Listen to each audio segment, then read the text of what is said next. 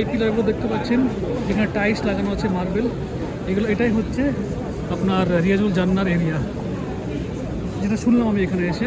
কারণ অনেক কনফিউশন, ওগুলো দেখতে পাচ্ছেন ওগুলো নর্মাল টাইলস নাই, বাট এগুলো দেখতে পাচ্ছেন টাইলস। তো যেখানে এসে যারা কাজ করে তাদের কাছে শুনলাম যে এই এরিয়াটাকে বলা হয় রিয়াজুল জান্না।